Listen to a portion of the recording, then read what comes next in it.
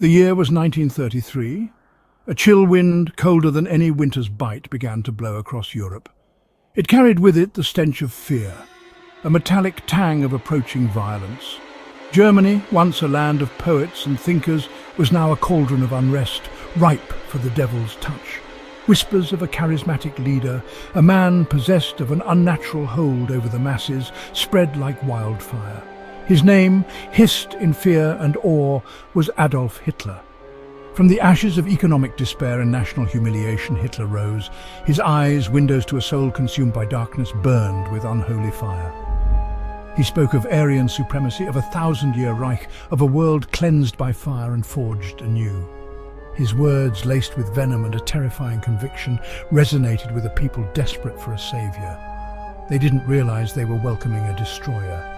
He offered them scapegoats, Jews, gypsies, anyone deemed different, deemed unworthy. The masses, blinded by their fear and anger, embraced his hateful rhetoric.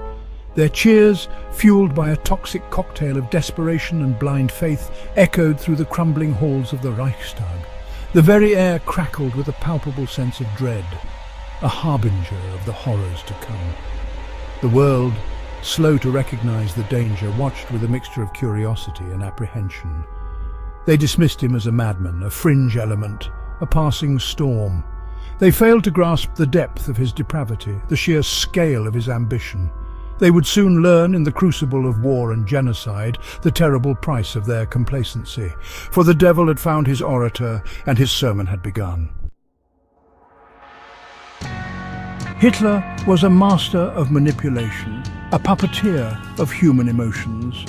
He understood the darkest desires lurking beneath the veneer of civilization.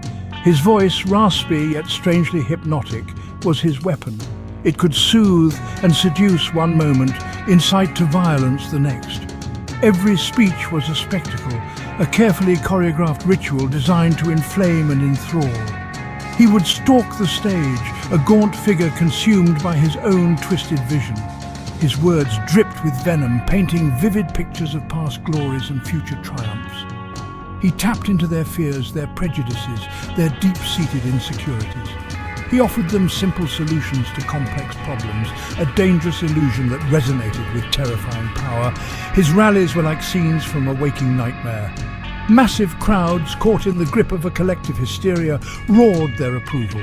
Swirling banners bearing the hateful symbol of the swastika transformed the night sky into a sea of darkness. The air thrummed with an almost tangible energy, a palpable sense of menace. The world listened in horror as his words, broadcast over the airwaves, poisoned the minds of millions. He spoke of racial purity, of Lebensraum, of a world dominated by the Aryan race. His pronouncements dripped with the blood of the innocent, a chilling prelude to the horrors that would soon engulf the world. The devil's tongue, unleashed upon an unsuspecting world, had begun its deadly work. Many believe Hitler made a pact with the devil himself. They whisper of occult rituals, of ancient artifacts imbued with dark power. The truth, perhaps even more terrifying, lay in the depths of his own warped psyche. He was a vessel, willingly offered, for the darkest impulses of humanity. His rise was fueled by hatred, by envy, by a thirst for power that knew no bounds. Some say he was driven by madness, a megalomaniac convinced of his own divine mission. Others saw a cold, calculating mind, a master manipulator who understood the levers of power. The truth, like most things about Hitler, remained shrouded in darkness. He was a cipher, a riddle wrapped in an enigma. But one thing was certain: he was a conduit for evil, a channel through which the darkest forces of the universe flowed into the world. His rise to power was swift and brutal, a testament to the seductive allure of his poisonous ideology. He promised order amidst chaos, strength amidst weakness, a return to a mythical golden age. And the people, desperate and disillusioned, believed him. They surrendered their will, their reason, their very humanity to his twisted vision. They became instruments of his will, cogs in the vast, soulless machine of the Third Reich. The pact was sealed, written in the blood of millions, a stain on the conscience of humanity that would never truly fade. The world watched in horror as Hitler, emboldened by his demonic pact, unleashed his fury upon Europe. Poland fell in a blitzkrieg of unimaginable ferocity. France, once the proud mistress of continental Europe, crumbled before the onslaught of the Nazi war machine.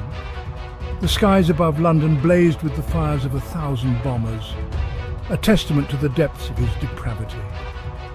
The Holocaust, that unparalleled act of systematic genocide, stands as a chilling testament to the power of his evil. 6 million Jews, along with countless others deemed unworthy of life, were exterminated in death camps designed with chilling efficiency. The very air reeked of death, a suffocating stench that clung to the souls of all who witnessed the horrors firsthand. The world recoiled in horror as the true extent of his madness became clear. The death camps, Auschwitz, Treblinka, Sobibor, became synonymous with unimaginable cruelty. The gas chambers, the ovens, the piles of emaciated corpses, these were the fruits of his twisted vision, a testament to the depths of human depravity. The world had faced evil before, but never on such a scale, never with such cold, calculated efficiency. This was not war as they knew it. This was something far more sinister, a glimpse into the abyss that lay at the heart of humanity. The inferno he unleashed would forever scar the soul of mankind. The war finally ended, but the world was forever changed. The defeat of Nazi Germany, achieved at a staggering cost in blood and treasure, left an enduring legacy of pain and loss. The scars of conflict ran deep, etched not just on the landscape of Europe, but on the very soul of humanity.